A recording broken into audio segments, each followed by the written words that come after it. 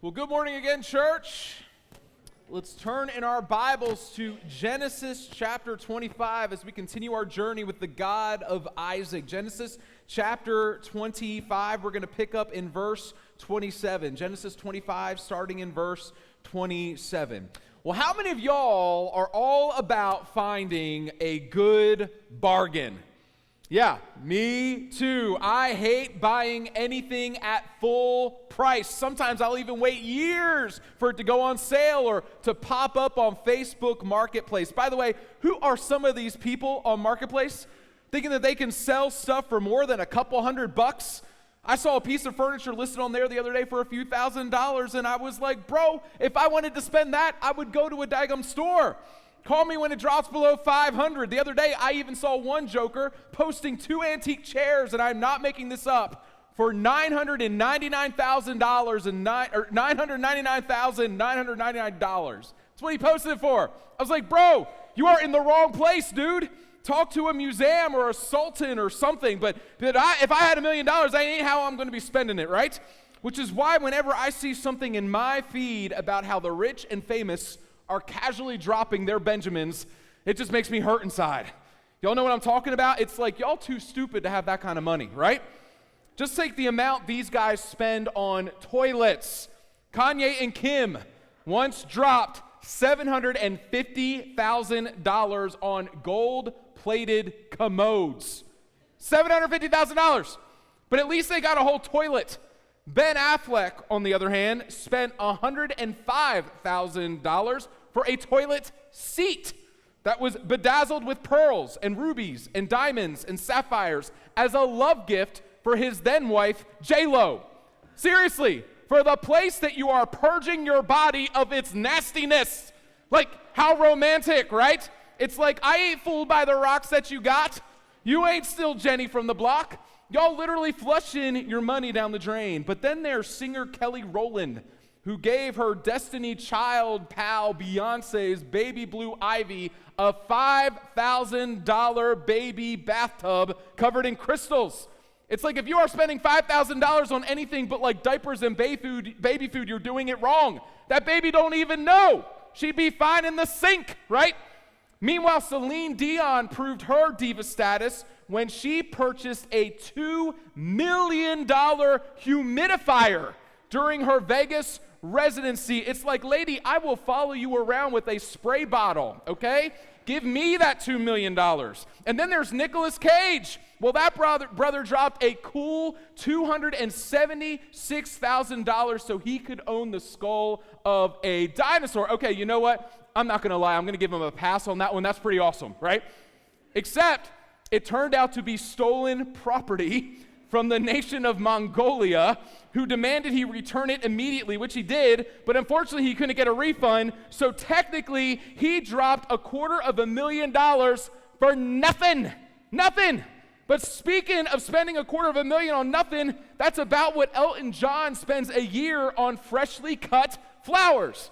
Now, listen, I know a lot of you ladies like getting flowers, but if you're demanding $250,000 worth, we're going to have to stage an intervention, okay? Spending money to watch plants decompose, I mean, make it make sense. But one of the most ridiculous celebrity purchases surprisingly comes from the famous for being famous, Paris Hilton, who threw away hundreds of thousands of dollars to buy a mansion. Wait, you might be thinking, that doesn't sound too bad, Ricky. In fact, for a mansion, that sounds like a steal even before the housing booms of the 2020. Except the mansion wasn't for her. The mansion was for her little yappy chihuahua, Tinkerbell.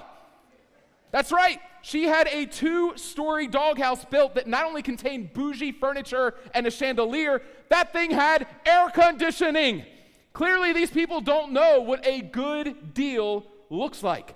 But as ridiculous as all those purchases were, they've got nothing on the bad deal we've got going on in our passage today. Because after 20 years of praying and waiting, when Isaac and Rebekah are finally having their twins, they find out something profoundly mysterious is taking place. Because while these twins have been duking it out since conception, they're told this has all been a part of God's plan. Because even though Esau was to be the firstborn, he would not be the heir of the promise given to Abraham and Isaac. No, the inheritance would go to the secondborn, Jacob. And this would have been crazy shocking in the ancient world, because back then, as in much of human history, the firstborn was to receive the titles and the property and the wealth of the father. Even the Israelites were instructed to give the firstborn a special inheritance. Deuteronomy 21:17 says that the firstborn should be given a double portion of all the father has. So the Israelites would have been wondering how this could be. How could Esau not be the heir? At least with Isaac and Ishmael, it made sense. Even though Ishmael was Abraham's firstborn, he was not the son of his primary wife, Sarah. Isaac was the first and the only child born of Sarah. But here you have Esau, as the firstborn son of Isaac and Rebekah. So how could he not be the heir? And here we see why. Because Esau's going to make a fateful and ridiculous deal that disqualifies him from being the heir, further intensifying the division between the brothers, a division that is already going strong for a couple of reasons. First of all, we see that they were just two very different people. Verse 27 tells us, when the boys grew up, Esau was a skillful hunter, a man of the field, while Jacob was a quiet man, dwelling in tents. So Esau, we see, is the stereotype of a manly man. Bro is like straight up Rambo, out in the field, taking down anything that moves. Plus, he had a natural advantage for sneaking up on wildlife with his hairy beast of a self. They're like, oh, it's just another wild boar, until bam, they dead. Because you don't mess with little hairy monkey baby Esau. But Jacob, it says, is more of a quiet man, meaning he's more the refined, studious, civilized type. He's not going to sign up for the mud crawl or eat bugs with Bear Grylls. He's more the neat freak like Danny Tanner, preferring the comforts of home. But that doesn't mean he's effeminate. There's a bizarre movement in some Christian circles that envisions biblical manhood as if it were a sanctified version of Arnold Schwarzenegger. But while all men are called to provide for and protect their families, godly men in the Bible come from all kinds of different personalities, interests, gifts, backgrounds, from fishermen and shepherds to warriors and kings to businessmen and government workers to philosophers and teachers and prophets and scribes to prophets and musicians and artists and even interior designers. So if your vision of manhood only involves sports and the gym and wild game, your vision is too small. Because King David wasn't just a master of the sword and the slingshot, he was also an accomplished harpist and wordsmith, showing an interest in the creative arts as much as he did in the art of war. So we need godly men of all stripes, all personalities, all giftedness in the kingdom of God. But unfortunately, neither of these men is godly, at least not at this point. And while men of very different backgrounds can find common ground in the kingdom because of the common pursuit they share in Jesus, knowing that what unites them is far greater than anything that could divide them, here for Jacob and Esau, their difference only pushes them further apart as they engage in polar opposite activities in polar opposite locations. But the division between them is only further exacerbated because of the family dynamic that is set by the parents. Because while last week we got to see the best of Isaac and Rebekah, here we see one of their major flaws. And I love this because Scripture doesn't just give us the social media versions of people. It gives us the good, the bad, and the ugly. Because while Isaac and Rebekah are walking by faith, they are still learning to walk. They're still works in progress, which means even though they are saved by grace through faith, they are still sinners saved by grace through faith. And it turns out that Rebekah and Isaac need to work on their parenting skills because Isaac and Rebekah have a big time struggle with the sin of favoritism. Because it says here in verse 28, Isaac loved Esau because he ate of his game, but Rebekah loved Jacob. Now, we all know parents aren't supposed to have favorites, right? But nevertheless, your relationship with some of your children might be easier than with others simply because you have similar interests, personalities, or just happen to spend more time together, and so the relationship feels more organic. And that's what's going on with Isaac and Esau. Isaac loves that Esau is a hunter because it turns out Isaac appreciates a good meal. It's a win-win situation. So he appreciates what Esau contributes to the family. Rebekah, on the other hand, prefers Jacob.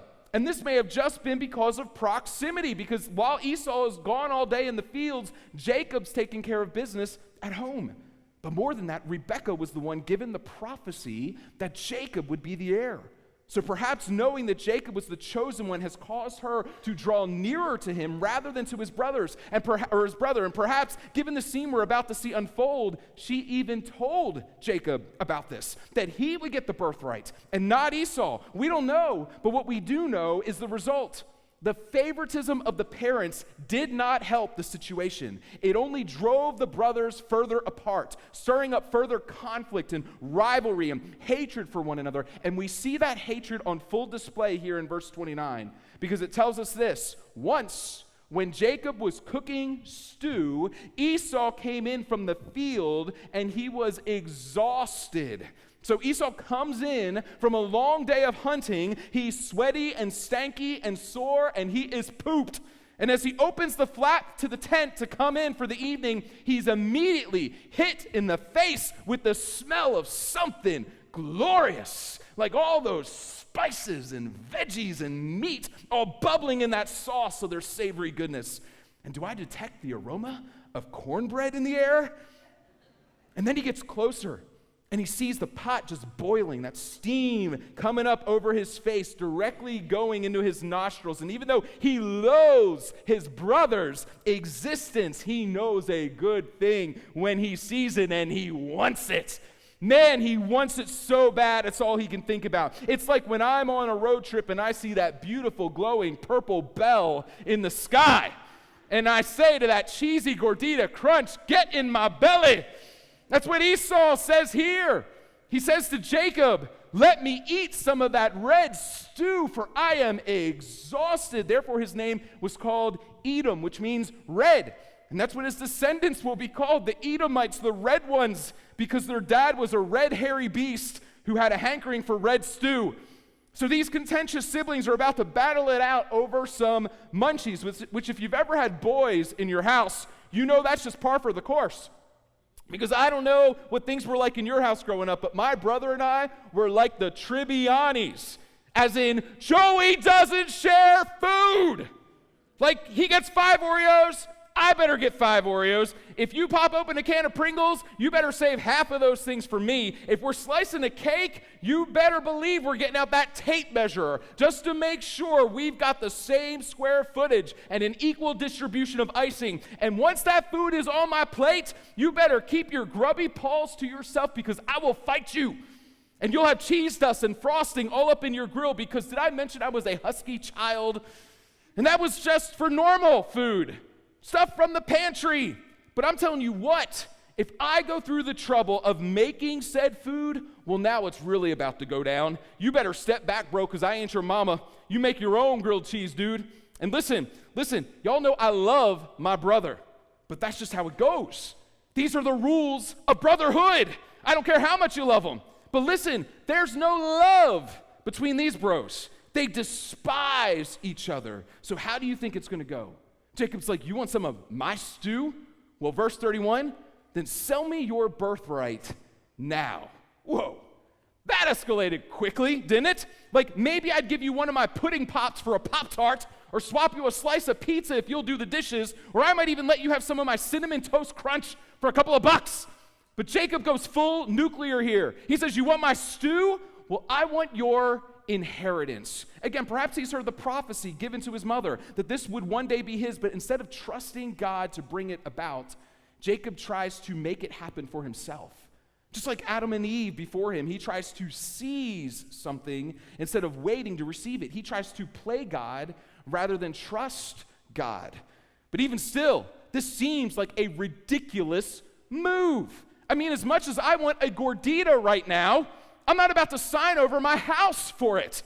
Does Jacob seriously think he could become an heir with a bowl of soup? It's like, bro, up your game a little bit. Get your brother in a more desperate situation than this before you ask him to relinquish his rights. Blackmail him with something, right? You could ruin his dating life with all those hairy monkey baby at the beach pictures alone. But you're going to try to buy him with broth I mean, come on. There's no way he's going to go for that. And yet, Jacob seems to be aware of something we're not. Like any good brother, he knows all his brother's weaknesses. He knows he's not the sharpest tool in the shed, that he's ruled by his passions rather than his intellect, that he's impulsive and careless, that he loses touch with reality when he's tired and hangry, which is why, kids, you always need an emergency Snickers bar on hand at all times. Just a piece of advice. And so while Esau is the hunter in the field, Jacob is an even more skilled hunter of a different kind. He's found his prey. He knows his vulnerability. He's luring him in to a trap. And all of a sudden, the hunter has become the hunted. And he falls for Jacob's scheme, hook, line, and sinker. When Jacob puts that liquid bait before Esau's face, Esau says in verse 32, I am about to die. Of what use is a birthright to me?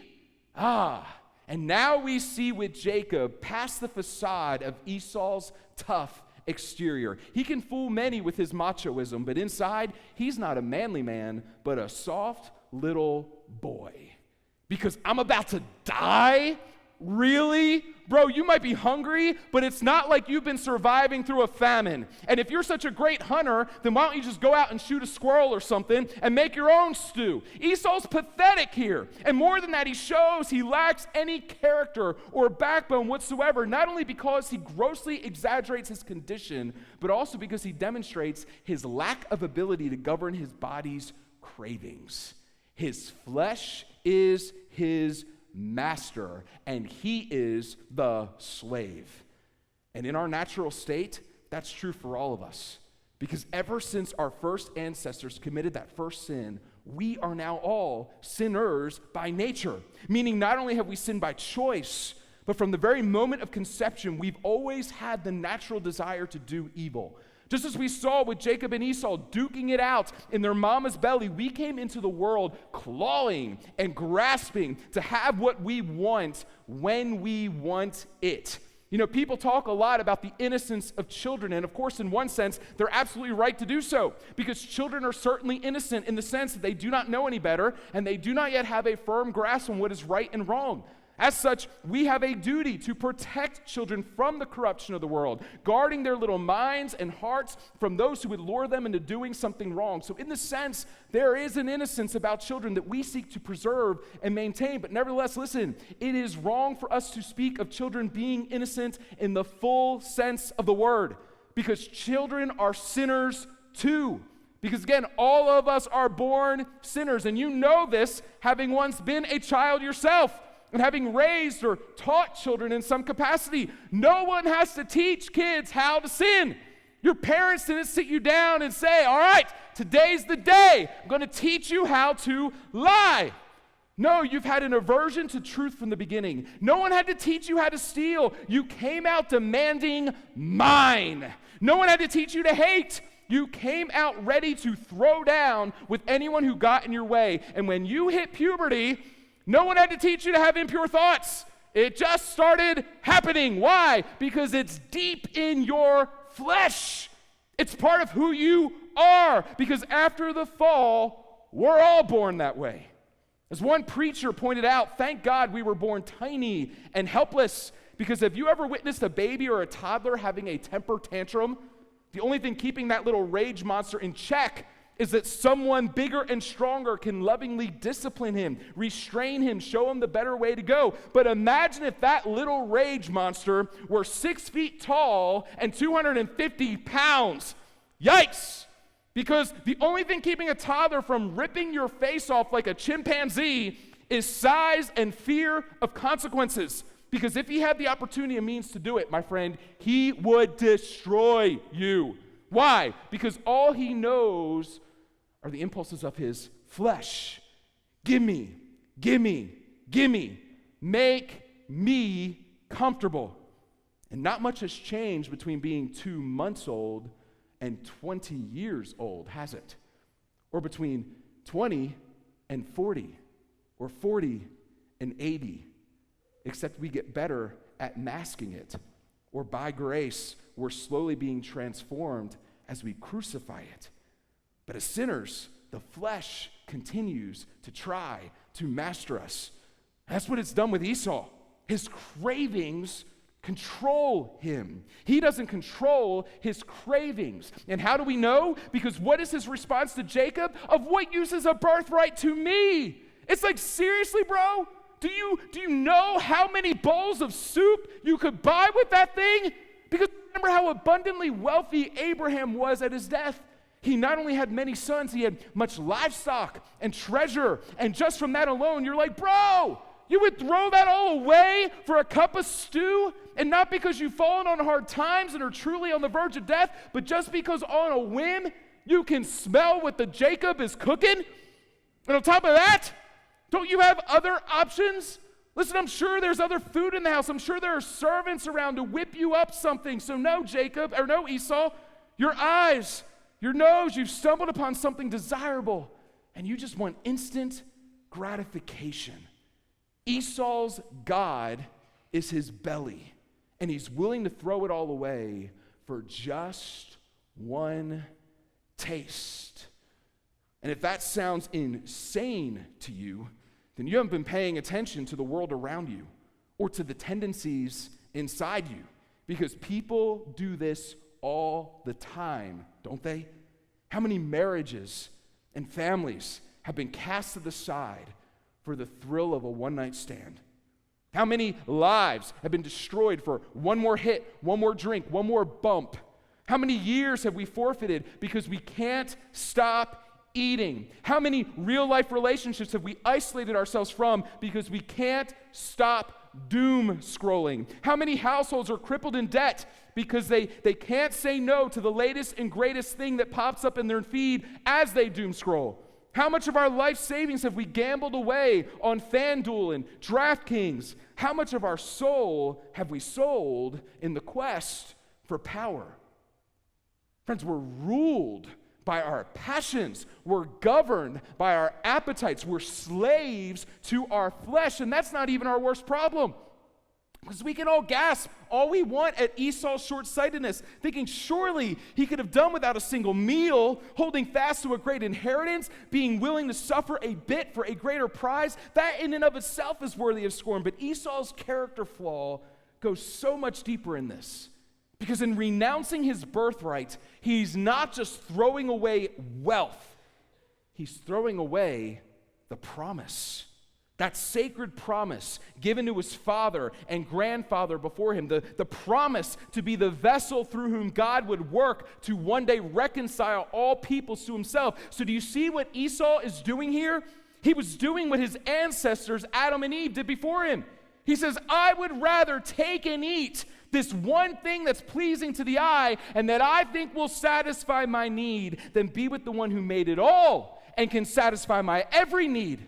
I'd rather have stuff than the God who makes the stuff. I'd rather have the created than live in right relationship with the Creator. And that too is all of our story, isn't it? We turned our backs on the one who made us to give our hearts to the things that were made, the things that we've made. Again, our God is our bellies, to the point that we'll even take good things like food and sex and work and academics and sports and make them ultimate things, which then turns them into bad things because we've placed those things over God in our heart. We've used those things in ways that violates their God-given design. Esau is doing exactly what every sinner does. And for doing it for something so little, he exposes the folly every single one of us commits when we sin. Because whatever we choose, we're always settling for something temporary and insignificant and lesser than, when we have access to the creator and sustainer of the universe, the Lord of heaven and earth, the giver of life, the source of all that is good and true and beautiful, the fullness of joy and love and peace, and we just cast it to the side. And in so doing, even as we search for joy and comfort and peace and love, we're cutting ourselves off from these things, even from life itself, because we're cutting ourselves off from the giver of these things. And we try as we might, there is no good apart from him. Indeed, the consequences of following our cravings is certain death. Even still in our natural state, that's what we choose every single time. It's what Esau chooses here. Verse 33, Jacob says, "Swear to me now." So Esau, it says, swore to him and sold his birthright to Jacob. Then Jacob gave Esau bread and lentil stew, just like Eve gave the fruit to Adam. And it says he ate, just like Adam and Eve before him, and drank and rose and went his way. Thus it says, Esau despised his birthright. See, a lot of times when we approach this text, we kind of feel bad for Esau. I mean, to be passed up as heir before he was even born, it just seems kind of harsh, doesn't it? But here we see Esau is hardly a victim. Again, in Scripture, there's no contradiction between the sovereignty of God and the free, voluntary choices of human beings. We see this with Pharaoh, whose heart, the Scriptures say, God hardened that he might show his might and power in delivering his people out of Egypt and out of Pharaoh's hand. And yet, those same Scriptures also say that Pharaoh hardened his own heart. So which is it? Precisely. Exactly. Yes. Likewise, later in Genesis, we'll see Joseph's brothers wickedly sell him into slavery in Egypt. And yet Joseph says, yeah, y'all sold me into slavery, but it was God who sent me here that I might save lives. So what you meant for evil, Joseph says, God meant for good. So which was it? Who sent Joseph to Egypt, his brothers or God? Again, yeah, exactly, precisely. Still over the years, I've encountered many, myself included, who in self-pity wonder if maybe they're not consistent in their walk with the Lord because like Esau, maybe they're just destined not to be. It's not their fault. Maybe they're just not chosen. But oh, my friend, would you be so foolish? Look at this passage. No one forced Esau to reject the Lord. He did exactly what he wanted to. Likewise, my friend, you're only Esau if you want to be. Because listen to me, I don't care who you are, where you've been, or what you've done, you don't have to be damned with Esau. You can experience the favor of Jacob. Because Esau wasn't condemned just because he had done bad things. Otherwise, we'd all be condemned. Even Jacob. I mean, have you seen his behavior in this passage? He's a total punk loser here. Wickedly conniving and conspiring to get what he wants. He deserves God's wrath just as much as Esau does. He deserves to be hardened in his sin just like Esau. And yet, in his kindness, God is going to take his heart of stone and give him a heart of flesh and change his name from deceiver to Israel and take him from being a slave to sin to become a child of God. And my friend, he offers the same thing for you. Because a descendant of Jacob likewise found himself at the crosshairs of God's eternal plans and real-time human decisions, handed over to be crucified, Acts 2 tells us, by the hands of lawless men. Yet also, it says, delivered up according to the definite plan and foreknowledge of God. Indeed, he himself declared in John 10, no one takes my life from me, but I lay it down of my own accord, because his desire was to do his Father's will, not his own. And he walked not according to the desires of the flesh, but out of a heart set on obeying God, even when it hurts. Indeed, even when, like Esau, he was tempted with hunger, not just from missing a single meal, mind you, but from missing 40 days' worth in the wilderness, he did not fall for the lies of the deceiver. No, when he was offered a chance for bread, he proclaimed in Matthew 4, man shall not live by bread alone, but by every word that comes from the mouth of God. See, Jesus did what Esau failed to do. Listen, Jesus did what you failed to do. And while we deserve the punishment of Esau, Jesus, like Esau, laid aside the glory of his wealth, but unlike Esau, not to waste it for something trivial, but to do what God had promised to do through Abraham.